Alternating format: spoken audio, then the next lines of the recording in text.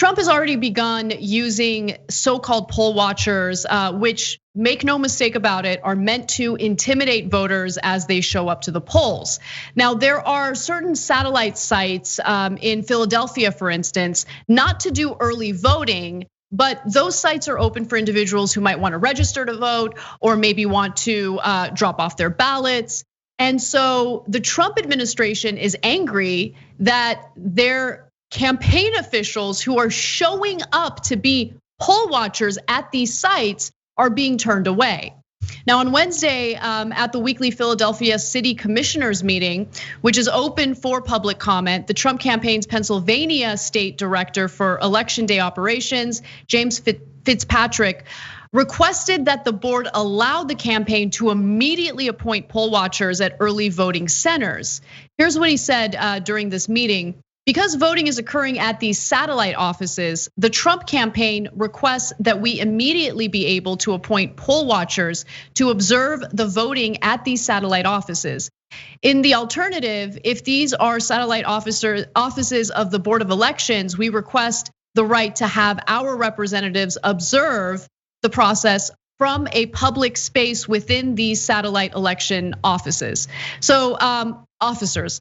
So what they want to do, and by the way, just to give you more background, we've talked about this before, but in case you missed it, these poll watchers would be basically like armed guards meant to intimidate voters. This country has a history of the Republican Party doing this, and the courts had to intervene and implement a consent decree preventing them from doing it. Well, the consent decree actually expired in 2018, which has paved the way for the Trump campaign to hire these armed off-duty cops essentially to serve as their poll watchers. So I have more details on this in just a second, but the law indicates that these satellite sites do not need poll watchers. This is not the same as an in-person voting site, Cenk. Yeah, so look, there's a nuance here in this story. I think that if it's real polling sites where people are going in to vote, not just dropping off their mail-in ballot, I think having someone from each party there to make sure things are not going wrong is not a bad thing. I certainly wouldn't want to leave it up to Republicans and hope and trust that they do the right thing, especially in deeply Republican areas.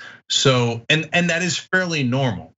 On the other hand, sending in volunteers who are not trained by the party is kind of pointless unless your aim is intimidation, because they don't know what to look for. They're not, they're randos off the street. And if you just have a bunch of goons there, and you know how Republicans are. I mean, they showed up at one polling station in Virginia, and instantly they surround the place and start chanting like crazy. Folks feel intimidated. They had to move them to a separate place, etc. And there is this ugly history of that kind of intimidation, as Anna explained earlier. And so you can't have it that way. And these are not polling stations. These are places where you're just going to, it's like going to a mailbox to drop off your mail-in vote. So are we gonna, now it would be absurd to put poll watchers at every mailbox, right? Or post office, but the reason they're doing it is because they can't intimidate a mailbox, but they can intimidate human beings going in to drop off their mail-in ballot. And that's the underlying reason here, no question about it.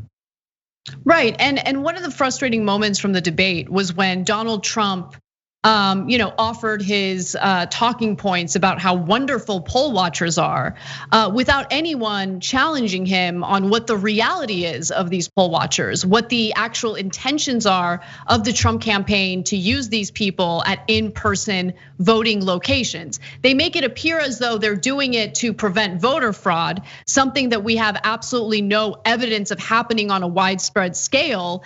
But this was the moment from the debate that drove me crazy. There was no response from either Chris Wallace or Joe Biden on the absolute lies Trump told in what you're about to hear. This is going to be a fraud like you've never seen. The other thing, President Trump, it's a rigged election. You're going to be able to continue. I'm you go urging first. my supporters to go into the polls and watch very carefully, because that's what has to happen. I am urging them to do it. As you know, today there was a big problem. In Philadelphia, they went in to watch. They're called poll watchers, a very safe, very nice thing. They were thrown out. They weren't allowed to watch. You know why? Because bad things happen in Philadelphia, bad things. Because bad things happen in Philadelphia. No, you want bad things to happen. He wants to suppress people from voting. That's what this is really about. And just to really reinforce the point that I'm trying to make about the lack of voter fraud, Republicans have been, basically taking these cases to the courts and hoping that federal judges will vote in their favor when it comes to restricting mail-in voting. And I'm just gonna give you a taste of a ruling handed down by one judge, but I wanna be clear that we've seen similar rulings by judges who have been appointed by both parties, both Democrats and Republicans, who are just flat out rejecting what Republicans are claiming here. So for instance, one federal judge said the following: in a 46-page order, Judge Dana L. Christensen of the US District Court in Montana refused the campaign's request for an injunction aimed at stopping Governor Stephen Bullock from allowing all eligible voters to cast mail-in ballots.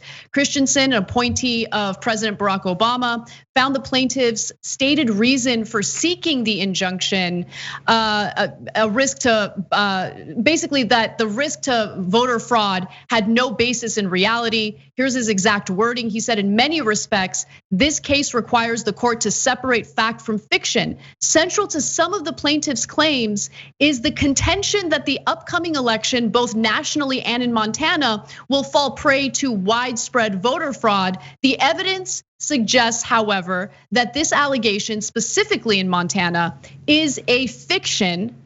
And then also just keep in mind, when pressed during the hearing in the matter, the plaintiffs were compelled to concede that they cannot point to a single instance of voter fraud in Montana in any election during the last 20 years. So put that in your pipe and smoke it, Tulsi Gabbard. Okay, all right. So spreading disinformation for the right wing, disgusting. So look, I love that Montana case because the judge is like, no, we're in court, great. So you say voter fraud is rampant, it's a giant problem. Okay, great. So hand in your evidence. They're like, we don't have any. You say, what do you mean you don't have any? I mean, you brought the case. The whole point is you have all these instances of voter fraud. So just name one. It's okay, just name one case of voter fraud in Montana. Forget the last election, last 20 years. We don't have a single case. She's like, what are you doing here? Why did you bother to file this case? It's crazy. I mean, look, you can go fact-free on Fox News. You can go fact-free on Twitter. You can't go fact-free in a court because a judge asks you for the facts, and if you don't have them, then you lose in humiliating fashion. Likely, Trump is making them do these lawsuits. They're probably like, but what do we say? When we get into court, what do we say? There is no voter fraud. They're like, he's like, just make something up. You'll win on Twitter, don't worry. It's not how court cases work. So, and then on speaking of making stuff up, Anna played you that clip about how he's like, oh, Judge, so it's crazy what's happening. I mean, he just, earlier in the debate, he made up a thing about how we're planting 1 billion trees. Earlier than that, he had claimed that they were gonna plant 1 trillion trees. Well, we're making things up. Why? Who cares, trillion, billion? They're not planting any trees. He's a pathological liar. So on the case of voter fraud and the mail-in ballots, etc., he said, oh, they're dumping them in the river. It's terrible what's happening in Philadelphia. They're dumping them in the river. So today in the press conference, Kayleigh McEnany got asked, where's the river?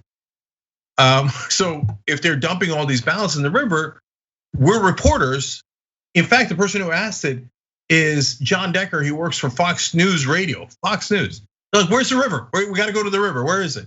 And she's like, well, I don't know about a specific river. It might have been a ditch. But anyway, let's keep going. And he's like, no, let's not keep going. It's okay if it's a ditch, just say he misspoke and it's a ditch. Let's figure out where the ditch is. And because if they're really dumping ballots, that's a massive issue. So, and she had nothing. Okay, turns out there was 3 buckets of mail missing in Pennsylvania that they did find somewhere, right? Does that happen? I guess it happens. Do I want them to investigate that? Hell yes, God knows what Republicans might be doing. And if it turns out it's a Democrat, they should be arrested, right? It might, but likely it has nothing to do with any of them. It was a whole bunch of mail and they found a couple of ballots in there. That's not the best way to do anything. But just answer the question, but she can't because she doesn't want to say even the simple thing of the president misspoke because he'll be furious with her because it's got to be a river if he said it was a river. So on Twitter today, #where's the river was trending. Thanks for watching The Young Turks, really appreciate it. Another way to show support is through YouTube memberships. You'll get to interact with us more. There's live chat emojis, badges. You've got emojis of me, Anna, John, JR. So those are super fun. But you also get playback of our exclusive member-only shows and specials right after they air. So all of that, all you gotta do is click that join button right underneath the video. Thank you.